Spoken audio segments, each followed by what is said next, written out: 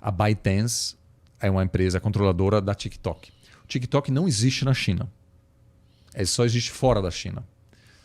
Existe um outro aplicativo meio parecido, mas que se adequa totalmente à restrição de liberdade de expressão na China. Uhum. Então, e tem outro nome. O TikTok não existe.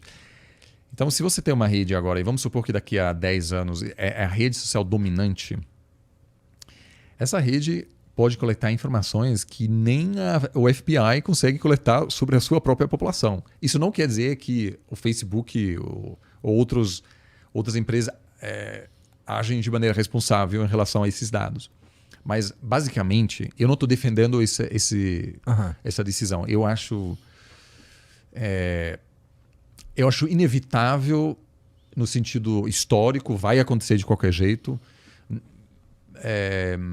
mas não acho particularmente inteligente agora. É mais uma questão também eleitoral, porque o único consenso entre os republicanos e democratas é sua postura anti-China.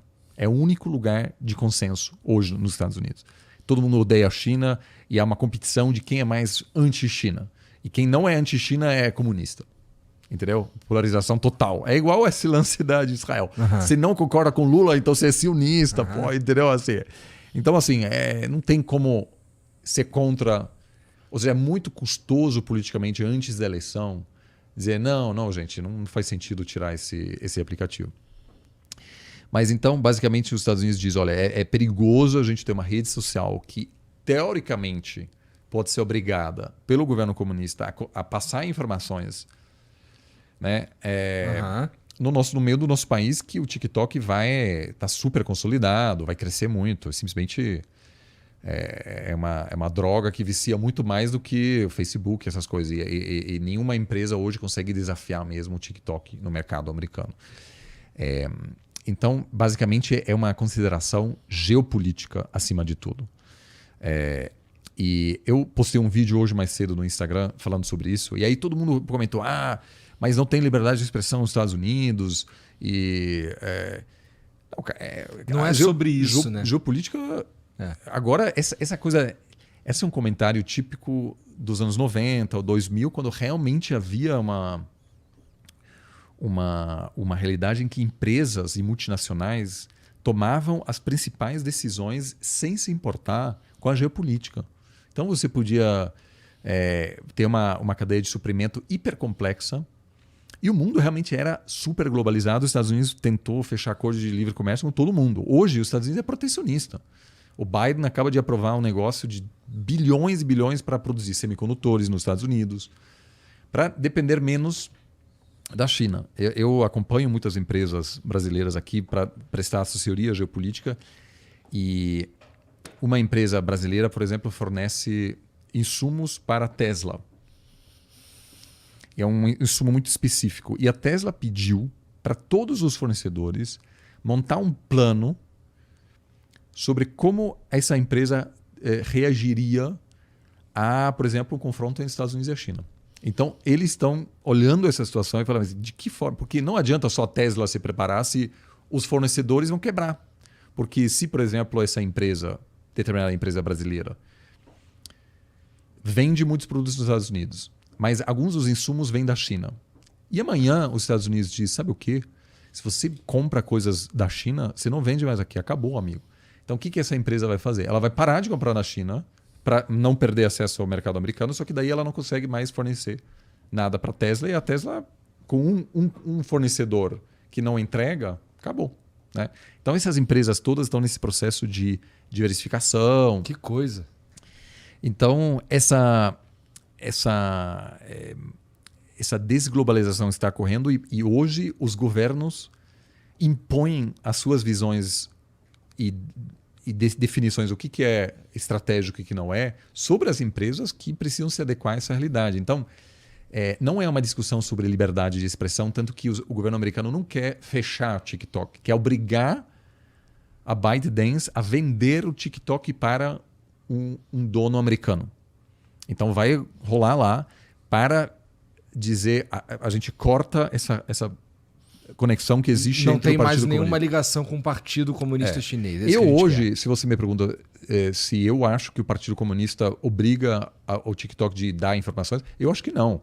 Porque se isso vazar, aí obviamente... É guerra, né? Não, aí tudo vai ser separado e rapidamente. Ninguém vai querer, né? Exatamente. Então você perde credibilidade. Então, gente, eu acho que o que os Estados Unidos queria é evitar a possibilidade de ir lá na frente, talvez, não sei o quê. O que mostra que hoje os governos estão dispostos a arcar com custo econômico grande. Por quê? Porque investidor chinês agora pensa duas vezes na hora de fazer um investimento nos Estados Unidos. Porque amanhã você é obrigado a vender esse negócio e tal. Então é ruim para a economia. Mas agora é tudo em nome da segurança nacional, porque a gente de fato está de volta numa dinâmica de Guerra Fria. Então, eu acho que, por exemplo, carro chinês, não tem a menor dúvida de que daqui ao longo dos próximos anos, tanto a Europa quanto os Estados Unidos vão banir carros chineses do mercado. Por quê? Porque um carro chinês que vão ser carros autônomos, não é só um carro, é um negócio que coleta informação, mais do que... Né, não é sobre o carro em si, é sobre questão de segurança. E aí eu acho que a gente vai caminhar, porque ainda hoje existem coisas que não possuem semicondutores, mas daqui a 10 anos, cara, celular, óculos de realidade aumentada, tudo é tão sofisticado, coleta tanta informação, que os Estados Unidos vão banir praticamente todos os produtos chineses e os chineses vão banir todos os produtos americanos. Então a gente vai ter que aí ter duas redes sociais e que para mim é realmente... Eu atuo eu acompanho o debate chinês, etc. Então a gente vai ter duas presenças aí nesses dois mundos. Que interessante. Separados, É um mundo esquisito esse que a gente está caminhando aí. Mas o Brasil está ótimo. O Brasil está ótimo, porque veja, Bolsonaro e Lula, polarização total. Mas nesse quesito, multialinhamento, não alinhamento, então eu penso igual, entendeu? Então, o Bolsonaro fala mal da China, etc. Mas olha o que aconteceu. A relação comercial entre China e Brasil aumentou durante toda a presidência do Bolsonaro. Ele falou, você é por Trump, não sei o quê. O Trump pediu duas coisas por Bolsonaro.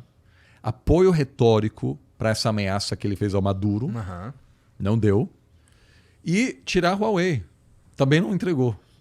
Então a relação entre os Estados Unidos e Brasil não melhorou muito, não. Foi uma coisa meio de bromance, né? De tal. Mas assim, você vai ver agora Milley, super pró-americano. Não acho que vai ter uma coisa assim, uma transformação da relação, entendeu? Então é mais para animar a galera e tal, uma retórica interna. Mas na hora H, se senta com o agro brasileiro, o agro não quer atrapalhar os chineses, entendeu? Vende tudo para os chineses. Que é muito curioso, porque se você vai para o centro-oeste, é todo mundo bolsonarista. Eu trabalho muito com agro. E o cara fala mal da China. E foi o agro que falou para o Bolsonaro, cara, você pode até falar um pouco mal da China, mas você não pode realmente cortar ou fazer coisa mesmo contra os chineses, porque a gente depende totalmente. Olha, o agro é o coração da economia brasileira, vai ser cada vez mais importante. Então mexer com a China é uma loucura. Entendeu? Então eu acho que assim, eu acho que Índia e o Brasil são países super bem posicionados nesse cenário global. Que bom. Quer dizer... Quando eu digo, olha, a gente vai se beneficiar muito dessa situação, eu não estou feliz com essa situação. Porque a minha vida, por exemplo, foi muito marcada por essa ausência de tensões. Então, quando eu tinha 20, cara, eu viajava pelo mundo, assim, não havia nada de... Hoje, por exemplo, é muito difícil eu viajar para a Rússia. Porque daí eu depois viajar para a Ucrânia é complicado. Eu, por exemplo, por muitos anos tinha... Esse é um caso excepcional. Eu tinha que ter 2 passaportes, porque eu viajava para Israel e Irã. E os iranianos não queriam que você tivesse... Carimbo de Israel. Então tinha que... Eram coisas muito pontuais. Mas hoje a gente está caminhando para um mundo em que talvez você tem um passaporte para um bloco e outro passaporte para outro bloco, entendeu? E daí é mais complicado mesmo. coisa. E para empresas, por exemplo, é foda porque a Google, todas essas empresas podiam contratar engenheiro, os melhores engenheiros do mundo, independentemente